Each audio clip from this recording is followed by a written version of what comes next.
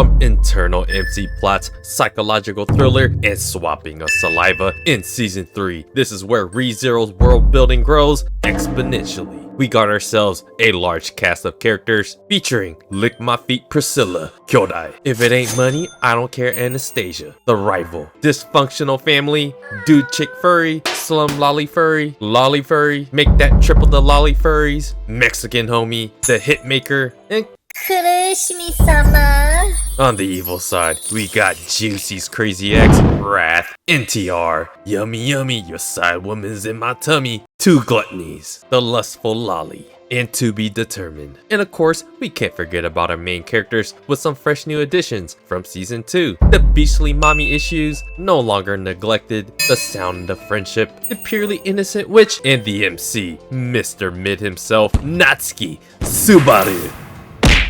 Different factions of women that are candidates to be the ruler of the kingdom of Lugunica, all versus some goddamn cultists that want to bring back their queen from the gospel, the Witch of Envy, or some other undisclosed motivations that we are yet to find out. As Season 1 ended and Season 2 began, the Sin Archbishop Greed, Regulus Corneas, and Sin Archbishop Gluttony, Lie, and Roy were the last real main plot antagonists. We get one of those classic encounters between characters that we don't know who they just encountered, but the bad guy, and we, the people, all know the significance of what this unfortunate encounter foreshadows. And what is it that it foreshadows? NTR.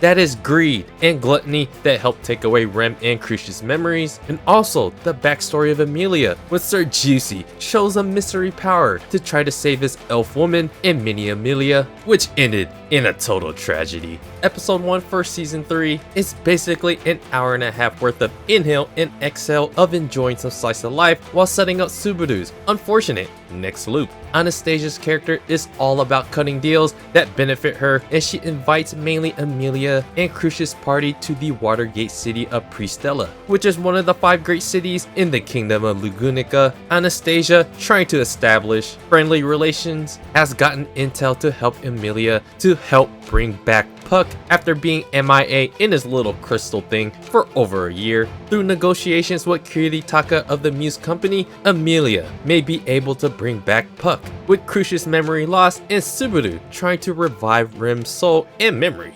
Anastasia also has info on the Sin Archbishop Gluttony, who is the key to returning Crucius and Rem's memories right back to them. After collecting all these characters for legitimate reasons, Priscilla and followers that features drunken daddy or son, depending on perspective, comes by to play I'm just here to cause chaos and mess with everyone. Reinhardt and that dude that tried to rob Subaru during the first loop are also there during the meetings with Amelia and Crucius' faction. So Season 3 is all about bringing all these characters together for one reason or another to help their respective positions, as it's about each faction trying to get their royal candidate to be the ruler of the kingdom of Lugunica, with Anastasia inviting Crucius felt in Amelia's party to Anastasia's city of Pristella. There's a lot of important world building interactions that happen, like at what happened during the 3rd loop when the royal selection started. The cool thing about this time is that Subaru isn't a total ass that literally makes every disgusting move he can make that contradicts his character from all the arcs before. Now he is an actual respected knight and is a totally legendary man now that kinda needs a design makeover, but hey, just keep him mid, I guess. Because of helping orchestrate the defeat of the 2 great witch beasts in the White Whale and the Great Rabbits, Amelia and Subaru has gained legitimate notoriety across the kingdom of Lugunica that hopefully overshadows that time he was a total ass during the royal selection, where he got his ass handed to him by Julius. Because of the results of the events of Season 2 during the Witch of Greed's trials, the roles are reversed in a way where Roswell is now basically serving Amelia and Subaru for the sole purpose, without being antagonistic in any way, to try to legitimately get her to be the next queen of Lugunica in their vision. Besides what happened in Season 2, Roswell's character stays the same in the respect like in Season 1, but we can legitimately count on him as a supporter of Team Amelia and Subaru, rather than this plague of mystery that was actually really awful in Season 2. Where I'm trying to get at is the tables have actually turned. in very many ways since the royal selection up until now. Subaru and Emilia are starting to establish real notoriety and establish themselves to be actual heroes because of that white whale situation and the Great Rabbit fight that happened in season 2. During the whole Which Agreed Ekidona situation, that event during the Sanctuary arc was majorly important because it grew the list of major supporting characters that now includes Garfield, Beatrice, and Otto playing a huge role in serving Emilia and Subaru. One guy is a literal beast and the other is hilarious, and it's like their internal affairs officer and negotiator that cuts good deals. Besides that whole Diddy oil situation, the entire season 2 arc was huge for Emilia and Subaru's characters as it drastically changed their psyche, as Emilia had to overcome her past and rely on herself to be courageous and dependable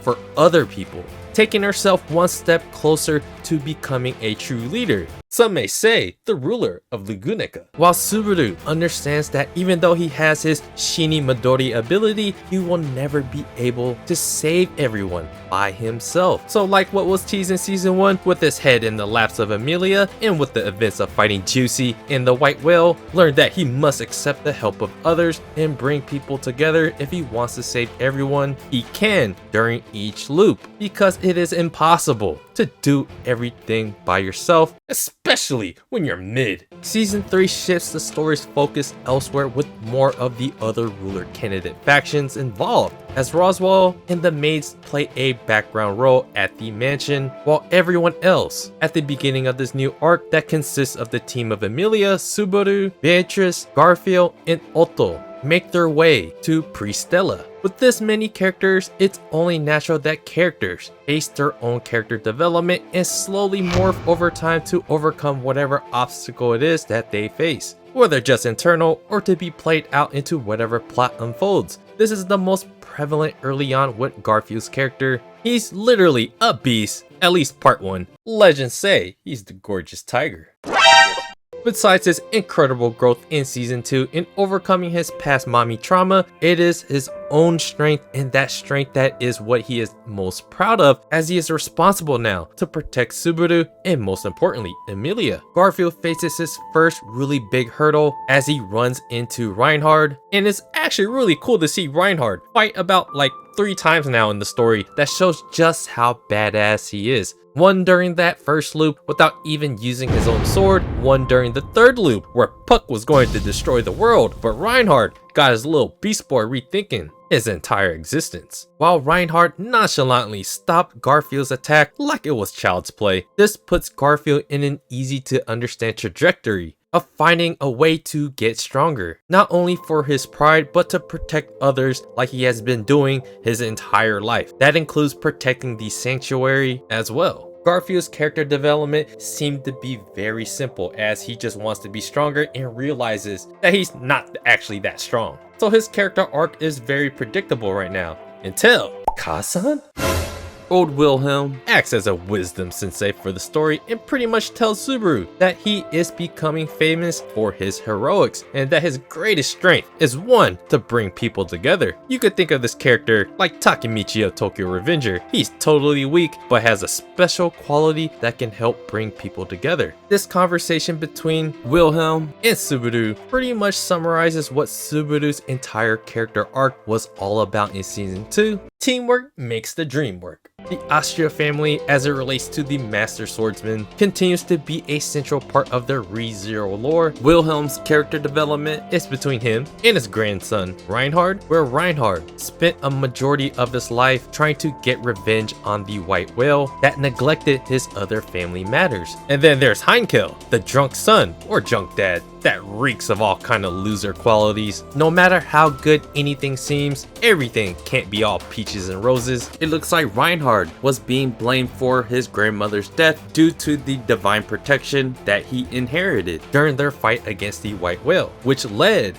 Wilhelm to devote himself to getting that revenge on that white whale. There's a mess of dysfunctional family issues here, and where the story kind of just drops some gossipy bombs on us and just leave us behind without any further context. Overall, episode 1 of season 3 gives us a healthy dose of slice of life to chill us out from having an emotional roller coaster ride for once. Seeing all the characters just be happy and live normally for a year and interact with each other in a non-hostile way is a sweet, much needed segue before laying the foundations for the upcoming witch cultist plot. Emilia went from strong and semi-independent with Puck to weak and very vulnerable in season 2. Now, with the overcoming of her past, a foundational bond with Subaru as her knight combined with allies that she can rely on, Emilia has acted with way more confidence and belief in her strength, like how you would want out of a ruler. As she asked Heinkel during this discussion, what business do you have with their meeting?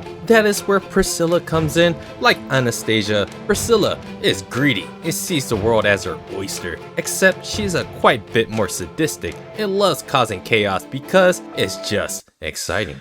Priscilla was the one that brought Heinkel to their meeting to instigate an uncomfortable situation among the Austria family. As it turns out, Heinkel is in control of the Austria estate and is backing Princess Priscilla over his son that supports Felt. After the first loop, Felt has kind of just been in the background, but at the same time, she isn't just randomly picked as a candidate for no reason. So there's still a lot of mystery behind Felt's character right now and why Reinhard chose to nominate her. But it seems like her character, it will be some time before we get to that whole ordeal. The story does a good job and connects all the lore together and gets all the characters to naturally tie to each other for one reason or another. Subaru, like during their royal selection, annoying going down the rabbit hole for blindingly selfish reasons, seems to have some remnants of losing his cool and making himself look uncomposed, as a respectable knight shouldn't be in front of Emilia, making her look bad. So that kind of character defect with Subaru kind of leads into the character development, contrasting a Subaru and Julius's character. And good thing this time when Subaru lost his cool and kind of acted out of line again, he has gained so much grace from not only the viewers, but the characters in the anime. They just respect them that much more, as it seems like Subaru has regained a lot more of his self-awareness in how he should react to really problematic situations and shouldn't just lash out of anger and being rash all the time.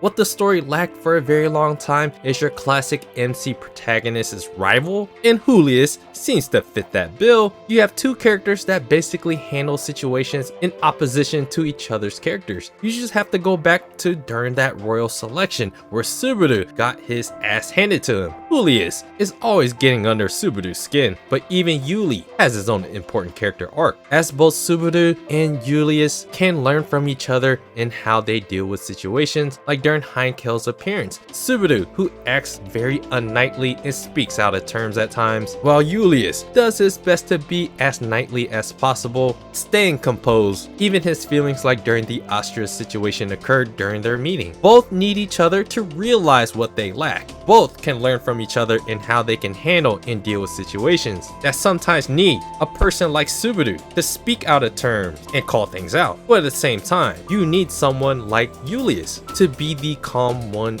in the room. So as we make our way towards the end of episode 1, before the first loop occurs, it becomes very obvious what the story does to Priscilla's character. We think of Priscilla as an antagonistic and sadistic person that forces others to get her way, but our assumptions about her start to change in every way possible. These 5 ladies are candidates to become the ruler of Lagunica, so it's only natural that every candidate shows why, and maybe why not, that they should be the ruler of the kingdom. Krush showed great leadership during the White Whale battle, but is now in a vulnerable situation as she lost her memories and momentarily lost an arm. Emilia in season 2, and really throughout the entire show, shows her vulnerabilities in multiple facets. In each arc, she is slowly overcoming something, and nothing's more bigger than what happened in season 2 with her past. But her most redeeming quality is the support of Subaru and the synergy that they will provide, that they are building around what other allies that they seem to slowly accumulate that will end up supporting her. So when Emilia and Subaru see Priscilla dancing with Liliana, this starts that major shift in the qualities that Priscilla is actually a strong leader, worthy of ruling Lugunica. Priscilla dancing while Liliana sings her song, it helped humanize her. It showed a softer side to her personality. This scene further paints a new picture of her as she invites Liliana to join her faction, but Liliana explains how her clan is basically a lineage of travelers that just leave their songs or art behind as they wander the world. That's how her people literally left her mark on the world. And you can see throughout ReZero how many characters that they can make and how different these characters can be and what they provide to the story. In this season, it just shows such a plethora, a large amount of characters that we all kind of vibe with in one way or another. Once again, Subaru and the others are unexpectedly surprised as Priscilla's acceptance and respectfulness of Liliana's decision is a newer side of Priscilla's character that we are now discovering. As the loop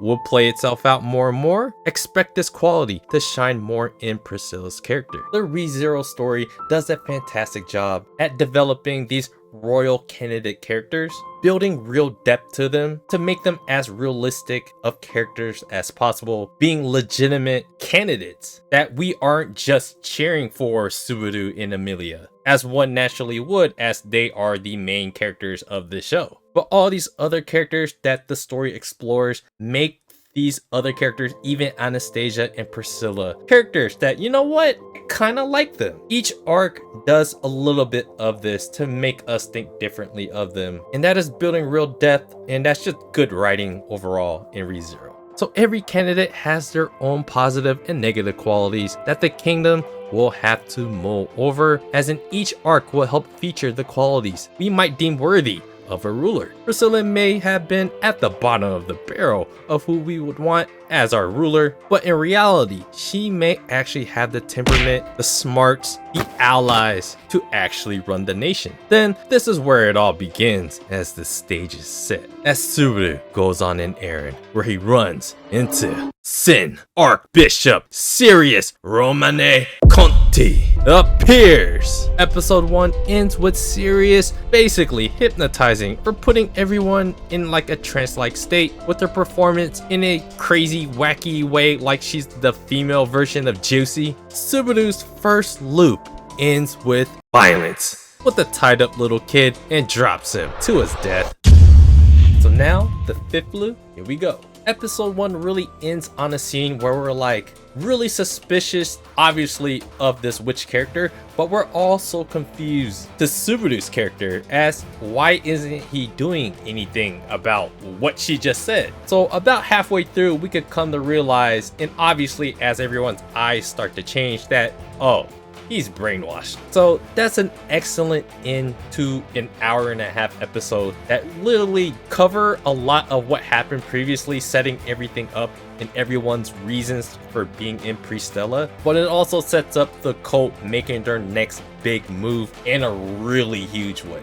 This fifth loop features a more mature and acceptance of Subaru's Shinimodori skill, although it's still traumatizing, as before I might have been a little bit annoyed by Subaru not getting over this ability of dying and coming back, but if we're being real, it is quite traumatic. But Subaru right now is handling it a lot better, as he just accepts his death, even if it means making a dumb decision to gain a little bit of intel. So here we are in episode 2, Subaru taking the direct, most dumbest decision ever to go directly into the tower where Sirius might be to help save this poor child that got dropped to its death. That poor child is blackmailed to do what is asked of Sirius in order to save his childhood friend. In this loop, we simply learn that Sirius's brainwashing abilities are just too OP to overcome, as he just dies in another traumatic way. So as Subaru goes back in time once again, he makes a smarter decision, but still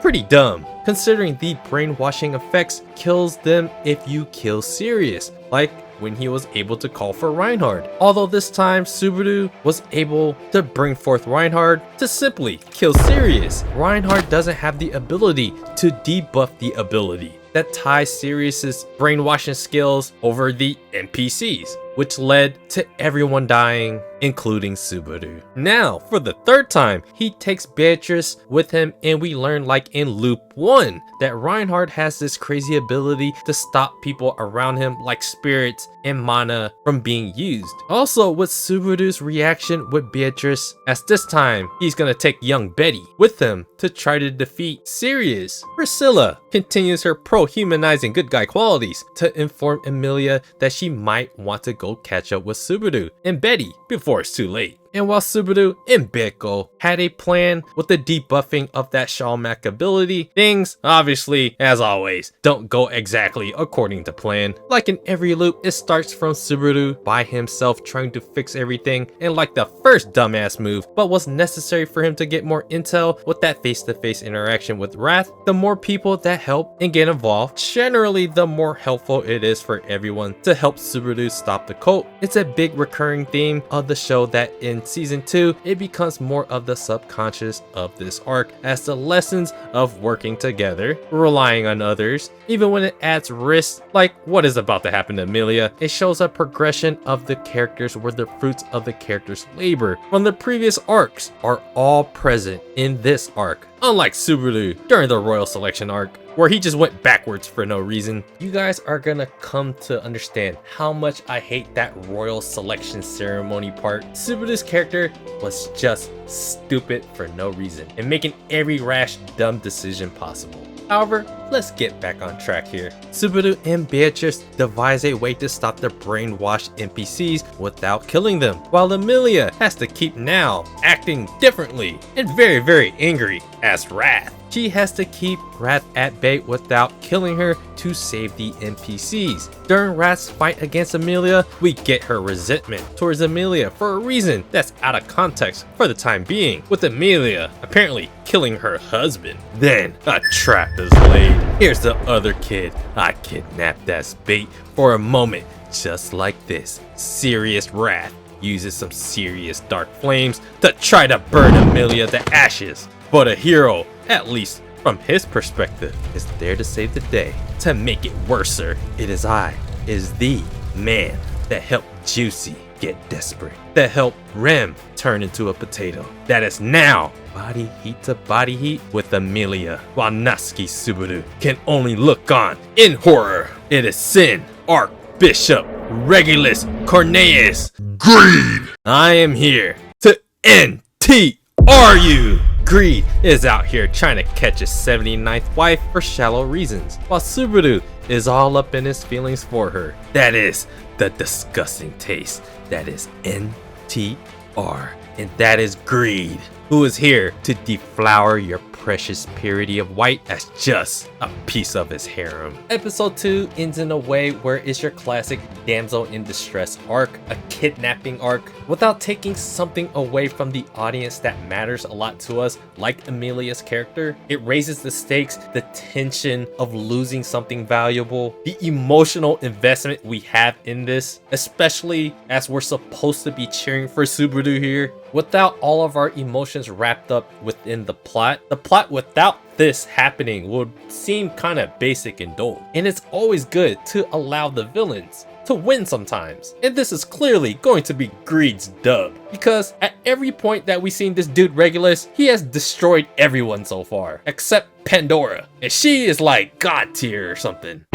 So as episode 2 winds down and ends with the start of the Greed of the NTR, the hook of episode 3 is Subaru meeting Greed, technically for the second time, and reminding us of some of Regulus's personality quirks, as he shows how much he hates people not showing him common courtesy when he introduces himself. If you guys follow my reviews, you guys know how important good hooks and good cliffhangers are to me. As Serious Wrath shoots her flames once again to try to kill Emilia. We get some nice slice of life after the opening credits with everyone's favorite friend, Otto, Unfortunately, it is short-lived, like that one time he pushed Subaru off the carrier to save himself. It's the one half of the gluttonous lie Batenkaido's gourmet appears. So now it confirms that there are at least 3 Sin Archbishops within the city of Pristella. Sirius and Regulus seem to not be on the same side, as Sirius totally wants to kill Emilia regardless of Regulus's shallow NTR reasons, but Regulus acts in a way that he has acted all the times before. He enjoys equality of formality. He hates being told what to do, and of course, he's Mr. Steal Your Girl cause he likes cute bitches. Being the MC while being NTR'd is never a great feeling, but great for Regulus. Subaru and Beatrice team up to make their move to try to save Emilia with a combination of Shalmac and endless providence, shooting an invisible hand out of his stomach. But it's no match for Regulus. It literally just made him turn the other cheek. It's basically like, if Shaq decided to pull up to take your girl, what are you gonna do? Get smushed by Shaq or let Shaq smush your girl? It actually all doesn't matter what you decide, because Regulus Cornelius is greed and can emasculate you by just doing both. Sirius finally realizes who Subaru is after using his abilities with Beatrice. The clock strikes as it is some meaning of significance to the witch cultist gospel, as both Sirius and Regulus bounce with Emilia in Regulus's arms and leave Subaru with a parting gift of NTR to his leg. That is quite the double the pain for MC. Beatrice apologizes as she's trying to heal Subaru, and as his eyes glow red and his consciousness goes into an unconscious slumber, it transitions to Garfield and Mimi. Both strong characters, but both are clearly children that will confide in each other, with the beginning of a blossoming relationship. We finally get to see what went down with Garfield, Mimi, and the kids, and also what looks like to be his mommy issues surfacing from beyond the dead. Unfortunately for Garfield's insecurities that Reinhard helped unlock, that manifested itself into the demented likes to devour you because your weak issues, we are left wondering if this blonde lady is actually Garfield's mother, which starts to come to light when her husband comes home. As Mimi and Garfield make their way out of the home, the husband chases them down to give his thanks to Garfield for saving them. This is where it gets straight to the point. Garfield's mommy issues are indeed real. Realer than real. Her name isn't Liara, it's Risha, Garfield's mother. The husband gives us the backstory of 15 years ago that Risha actually lost her memories when he met her, buried alive in a storm under a rock slide, that they just basically named her Liara. In the end, Garfield decided to tell the husband that he has nothing to do with this Liara, as her memories are lost anyways. Thus, this begins the subplot for Garfield. It sets up a really precious moment that could happen at the end of the arc. The gorgeous Garfield and the gorgeous Mimi ship happens really quickly out of nowhere as 2 kids kindle their love together over Garfield's mother that has no memory of him. It's a sad and tragic extension of season 2's character development for Garfield. The writer loves to bring back character arcs that literally happened in the last arc to just torture us again with the same elements. Poor Garf, at least he has Mimi now, who doesn't even know her own mother and shakes it off. Like, I don't need a mommy issues arc like you do, Garf. Out of nowhere, with Garf and Mimi's bonding time getting interrupted, another Sin Archbishop, Capella Emeralda Lagunica of Lust appears. That makes it 4 Sin Archbishops that are here to antagonize all the characters we love and all the unfortunate NPCs that Subaru can't save. Suddenly, Subaru wakes up in like an infirmary room with Felis, Al, and a sleeping Beatrice, as it looks like she used up almost all of her mana healing Subaru and all the NPCs. Kiritaka of the Muse Company, the person they were trying to strike a deal with at the beginning of the arc to gain some magic crystal that would hopefully help bring back Puck, becomes the meeting place where everyone is gathering to find a way to save Emilia before Subaru gets NTR'd. It looks like Kiritaka is 1 out of 10 of the most important people in the city of Pristella. Everyone becomes aware, along with Lust's broadcast, that there are at least 3 Sin Archbishops in the city, but one revelation becomes very important. As to their motives, the city of Pristella acted as a city to trap none other than the witch herself, where her remains still remain. This is a pretty interesting plot that keeps the setting within the city, and that means we don't have to suffer a Nico Robin CP9 kind of arc, which means we don't have to chase her down from one place to another, hopefully. So Emilia being kidnapped in this arc continues to raise the stakes and raises the level of emotional investment. I mean, no one wants to be NTR'd unless you're Greed. But besides Emilia being kidnapped, that is not the only thing that they have to take care of. You have an entire city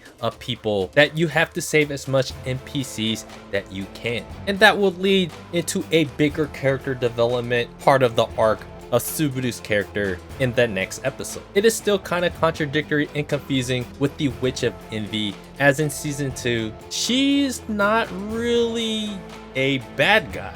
There is a ton of context missing here where all these cultists are committing these villainous acts, and we are not sure how it ties to the Witch of Envy and how that ties to Emilia. There is always some misunderstanding to these large-scale events. There's always misunderstandings with other characters. And in the history of contradicting characters' designs, like Emilia, he's white of purity, very misunderstood. You know what that means. There's just a lot of misunderstandings. Then we have Garfield's subplot where his mommy issues continues after Lust Capella makes her announcement known. What mommy wants, mommy gets, as she explains that her husband works where Lust did her broadcasting with the Mithya, and that her kids are missing as well. Again, what's most compelling about this arc that is different from the others is the magnitude of how many more characters get involved. Every arc has stakes for everyone, and the character writing in ReZero is and has always been good about getting everyone involved in the story with something to overcome, and how it naturally ties itself within the story, like how everyone supports a royal candidate faction, and how that ties itself up with the witch's cult.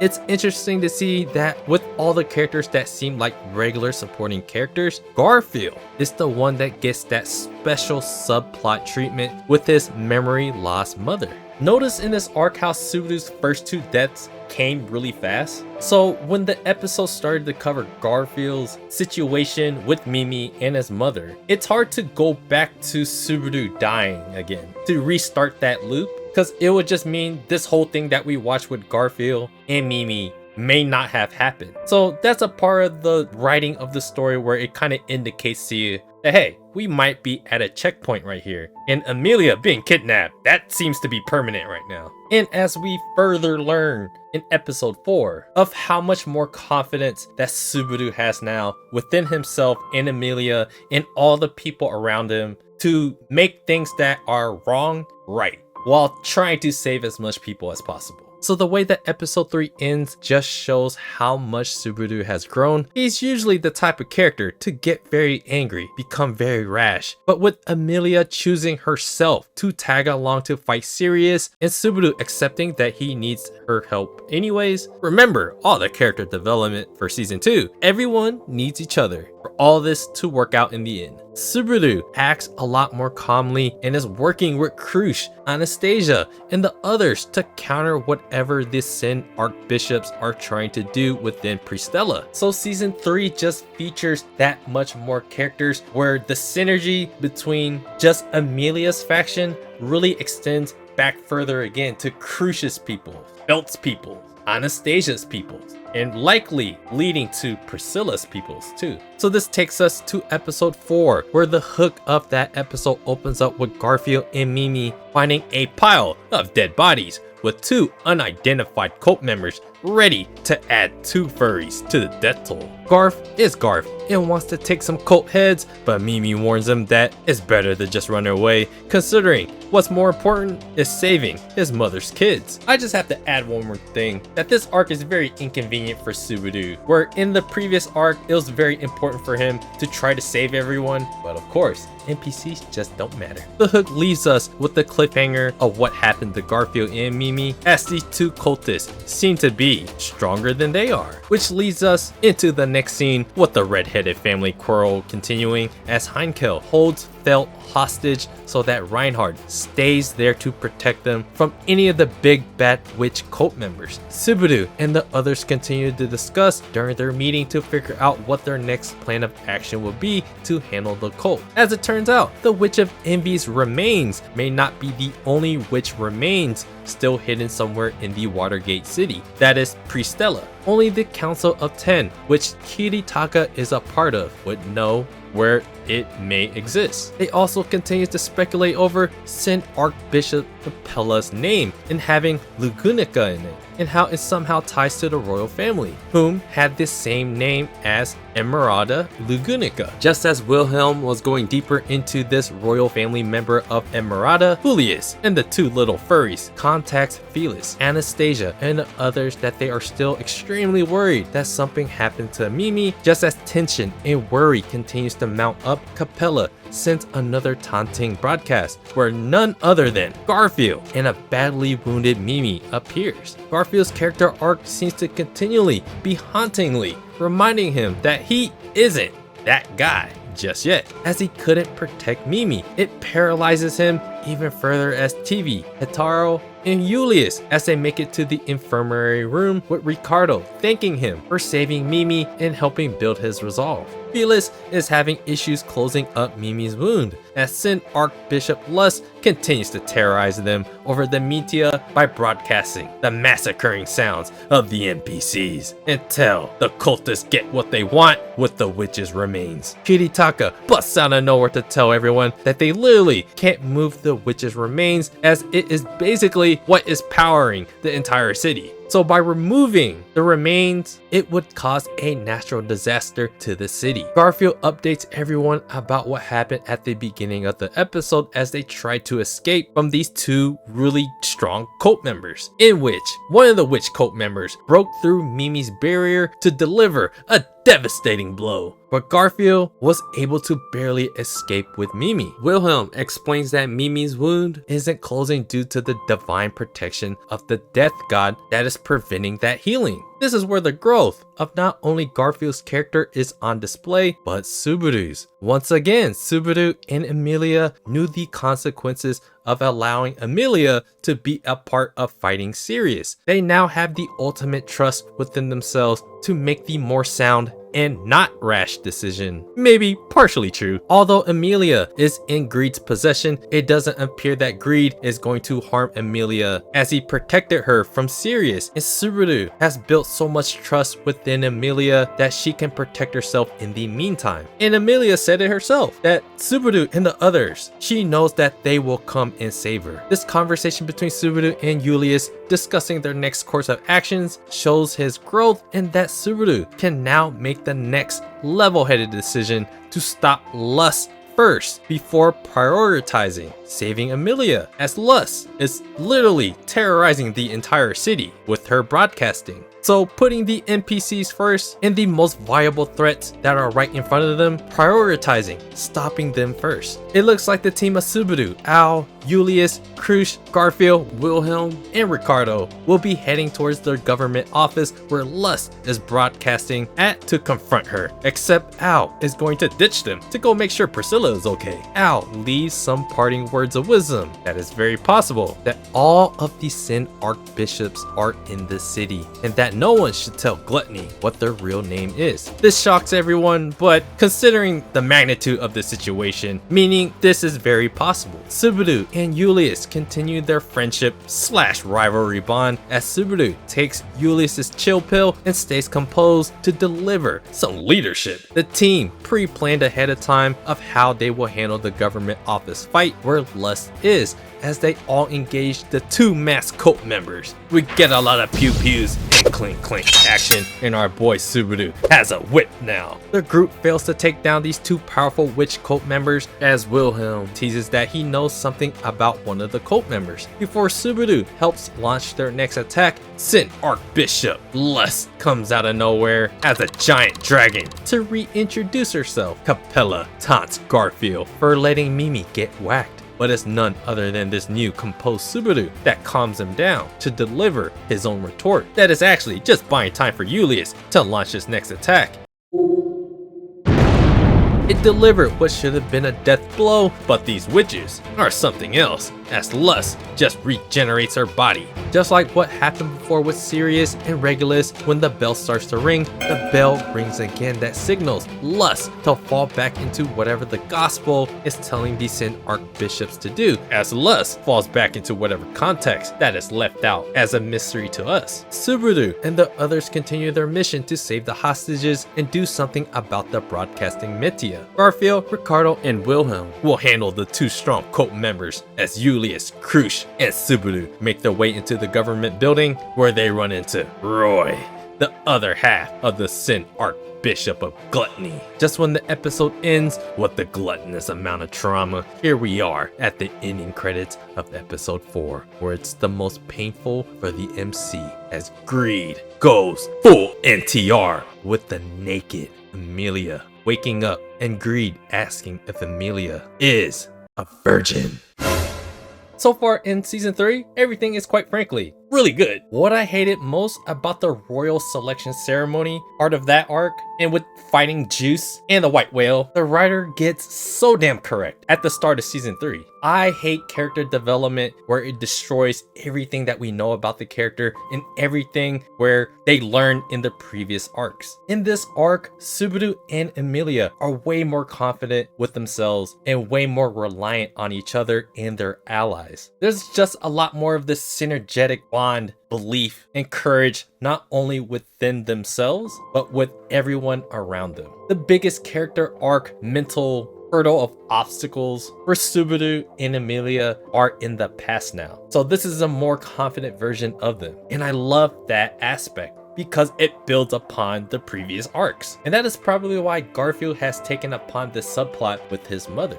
And his character has the best opportunity to have the most touching moment of this arc. Of not only that with his mother, but clearly he has to get stronger as well. For his entire life, he has been the protector of the sanctuary, and now he is the protector of Subaru, Amelia, and all of his friends. So he will fulfill likely the feel-good moment of this arc, because already in season 1, they already did this big reuniting of Subaru and Amelia. So clearly it's gonna be something like that again, since Amelia has been kidnapped. There will be something climactically amazing there that's hopefully not the NTR agreed. If you guys watched my The Imminence and Shadow reviews, I've talked a lot about how much they satirize these kidnapping arcs. They did it like 3 times in a row or something like that, and it was really hilarious. You guys should go check out my Imminence and Shadow reviews. Those kidnapping arcs, those damsel in distress tropes, some may say being kidnapped and having those kind of arcs are overused, but they work. Because no one wants to be NTR'd, as it's one of the worst feelings ever to have in a plot. If you're cheering for the main character, it provides the most emotional investment of stakes that a story can possibly provide. Is to take away something that we value, which is one of the main characters and a maiden, that is Amelia. And if we're being real here, a lot of the supporting characters like Betty and Mimi, while they got hurt, and that really hurts us as the viewer to see that happen to them, Amelia being taken away is supposed to be the one that hurts the most. Because NTR is just a universal language of disgust. And that's just why kidnapping arcs, damsels in distress, those tropes will always work. As it's the most roller coaster of emotions, because it just sets up at the very end the most climactic moment you can feel as you go from disgust to savior. So if we're talking about emotions, season 1 during that 3rd loop is providing the same kind of things there, where Amelia and Subaru meet up again at the end. It's the same kind of feeling. So the villainous parts of the story, it sets up the worst feeling possible, where Amelia's virginity may be lost to the scum. And at the same time, the climactic end, or a very, very big climactic moment, can be the savior of Subaru or something else to help save Amelia, or maybe Amelia just saves herself. That's what the story provides. It just provides a very good setup from one end of the spectrum to the other, and that's how you make a spectacular story. So hopefully Subaru can rise to the occasion, and hopefully Amelia can protect herself to give us that happy ending, because ain't nobody trying to get NTR'd around here. So with season 3, there's just so many characters involved in this arc, with so many moving parts all happening at the same time, and all characters that we value what they bring to the story. And not everyone is being fully utilized yet, like Priscilla and Al. There are 16 episodes total within this season. I think it's split between really 2 arcs within the bigger arc, and we are only at episode 4, so there is a lot to look forward to. So yeah guys, let me know what you guys think about ReZero's the beginning of season 3 thus far. I would love to know. And do me a favor guys, hit the like button, subscribe to the channel if you guys haven't already. Check out my blog at otakusen.com, and I appreciate you guys watching, and I'll see you guys on the next video.